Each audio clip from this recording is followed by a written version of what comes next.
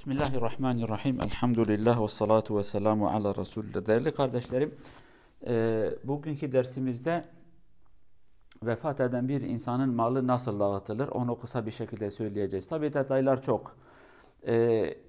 Her zaman vefat eden bir insanın arkasında bunlar kalmayabilir. Bunların daha fazlası, daha az, bazıları var, bazıları yok.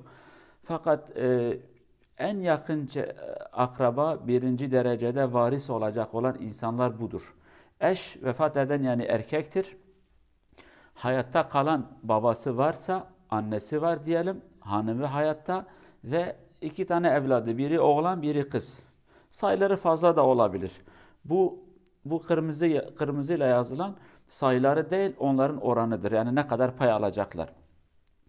Tabii önce şunu söyleyelim. Bu insanlar İslamiyet geçen derslerde dedi ki İslamiyet'in verdiği sistem şudur. Bu insanlar vefat eden insanın arkasında kalan insanlar normal yaşlarına göre ve toplumda ve aile içinde onlara verilecek göreve göre onlara bu mal verilecektir. Mesela anne baba yaşlanmış zaten fazla yaşları kalmamış. Onlara bir oran 6'da 1 verilmiştir. Hanım eğer hayatta ise ve çocukları da varsa hanıma bu sefer 8'de 1 pay verilir. Sebep? Çünkü bu evlatlar zaten annelerine hizmet edecek mecburiyetindedir. Keyiflerine göre değil, biz bunu yapamayız diyemezler. Geride kalan bu evlatlar daha gençtir. Bunların geleceği daha fazla olabilir, daha fazla yaşayacaklar. Ve yine aile içinde erkek evlada verilen görev daha fazla olduğu için ona da mal daha fazla verilmiş. Çünkü bu adam evlenecek. Evlendiği zaman masraf yapacak, hanımına da altın alacak, mehir dediğimiz parayı verecek. Hanım geldiği zaman da bu adam hanımına bakacak. Hanım masraf etme mecburiyetinde değil, sadece eşine yardım edecektir. Ama bu adam ona bakacak. Ev kirası, ev alması, düğündür ve evlatlardır. Bütün hizmeti bu adam yapacak. Kız mesela yarı demiş İslamiyet, yani erkek kardeşin yarısı kız alacak. Çünkü bu kız yarın öbür gün evlendiği zaman eşi ona bakacak, masraf edecek, hizmet edecek. Bu da eşine yardım edecek.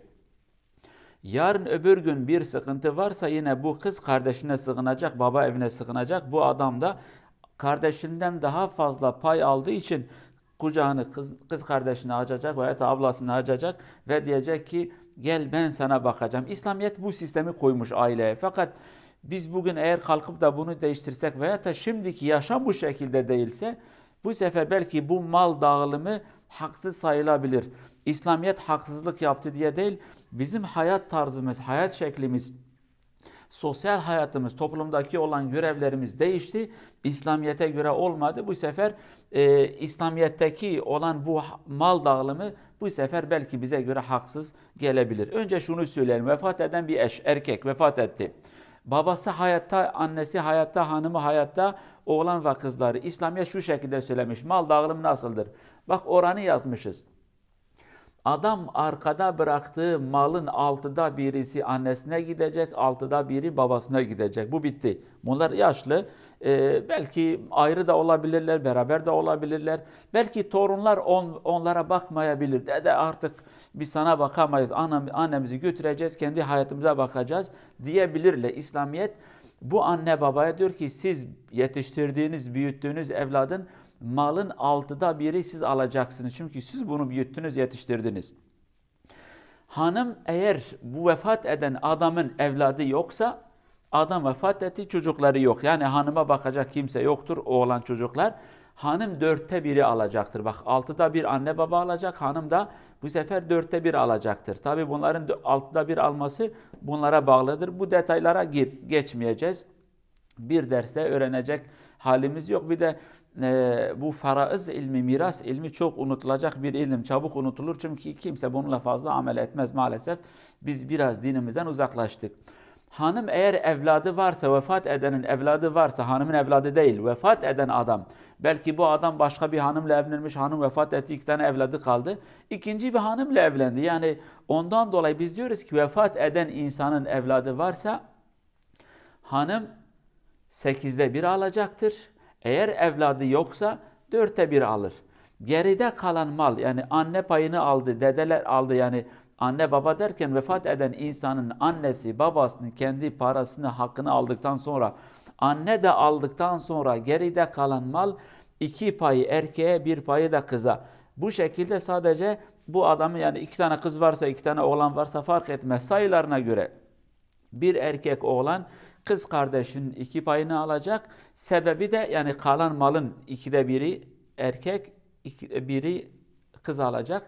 Bu da İslamiyet'in onlara verdiği toplumdaki görev. Bu adam erkek evlat evlenecek, annesine bakacak. Bu kız kardeşine de bakacak evlenmeyene kadar. Evlendikten sonra da yarın öbür gün bir sıkıntı falan varsa, yani eşi vefat etti, huzursuzluk oldu, ayrıldılar. Yine bu kardeş ona bakacak. Bu evlenecek, hanımına da bakacak, çocuklarına da bakacak. Fakat bu hanım babasının, yani kardeşinin yarısını aldı, parasını cebine bıraktı. Evlendiği zaman eşi de ona mehir verecek, eşi ona bakacak, ev kirası, bütün masraflar erkek yapacak. Hanım da yardımcısıdır. Yani beraber organize edecek, fakat sorumlu olan erkektir. Bu adalete göre İslamiyet bu malı dağıtmıştır. Bunu unutmayalım. İslamiyet'teki olan mal dağılımı oran olarak 6'da 1, 6'da 1, 4'te 1 veyahut da 8'de 1. Geri kalan malın 2'de 1'i evladın, biri de kızın İslamiyet'e olan göreve göre dağıtılmıştır. Ama bu sefer evlat babasıyla konuşmamış, bir tarafa gitmiş, hanımdan ayrılmış, evlatlar babalarıyla konuşmuyorlar. Kız kardeşine selam vermez. Yani bu şekilde kavgalar olduğu zaman gerçekten biz kalkıp da desek ki İslamiyet'e göre biz bunu dağıtsak, yani değiştirme hakkımız yok, fakat şunu söylemeye çalışıyoruz.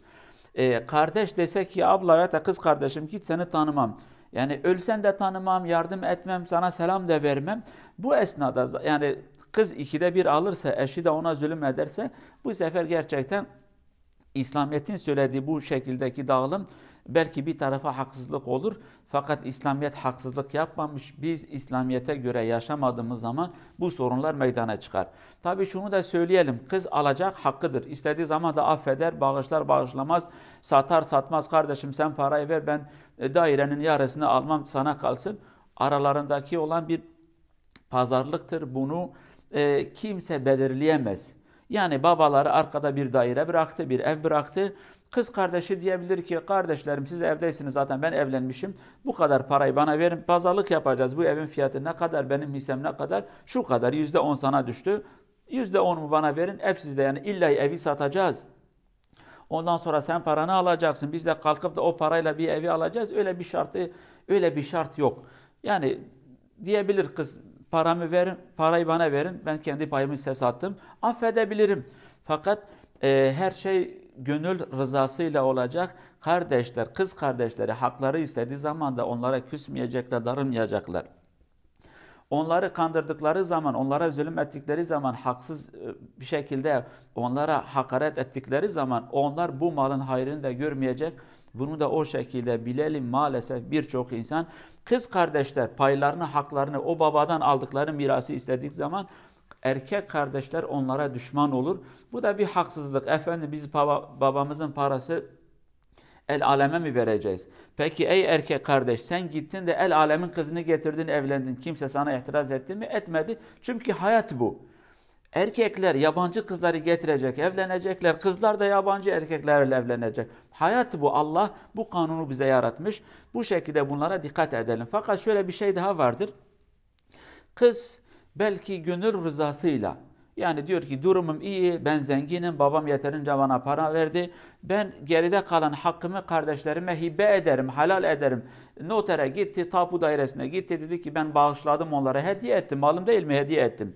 Bazen bu sefer onların eşleri maalesef tembel, cimri, çalışan insanlar değil. Bu sefer diyorlar ki hanım sen git kardeşlerden daha fazla para al. Bu da yanlıştır. Yani erkek olursan, madem ki erkeksin, bu hanım seninle evlenmiş, sen bu hanıma bakacaksın. Yok efendim babanın paranı getir. Kız babanın parasını getirebilir. Fakat getirdi, yine sana verme mecburiyeti yok. Evinde bırakır, bankasına koyar, altın yapar, kollarına takar. Sana verme mecburiyeti yok. Erkeksen sen çalışacaksın, hanımına vereceksin. Kısacası değerli kardeşlerim, İslamiyet'teki mal dağılımı bu, ama maalesef bizim yaşamımız maalesef bu zamanlarda İslamiyet'e göre değil. Biz kızlarımıza, kız kardeşlerimize hakaret ederiz, annelerimize bazen hakaret eder, anne babalarına, dedelerimize, ninelerimize hakaret ederiz. Bunların haklarını vermiyoruz. Vermediğimiz zaman da Cenab-ı Allah o bereketi, o hayrı malımızdan alır. Bu hususa dikkat edelim, kendimize gelelim, haram yok, lokma yemeyelim. Her haram lokma ahirette bir ateş olacaktır, bir ceza olacaktır. Eğer bu dünyada bu hesap bizden sorulmasa bile ahirette emin olun ki bu hesap bize sorulacaktır. Cenab-ı Allah ailelerimize huzuru versin. Herkese sağlık ve selameti versin. Vefat eden bir insan varsa da Cenab-ı Allah evlatlarına helal bir şekilde mal dağılımı nasip etsin ve helal bir şekilde o malı da harcamayı onlara nasip etsin. Vesselamu aleyküm ve rahmetullahi ve berekatuhu.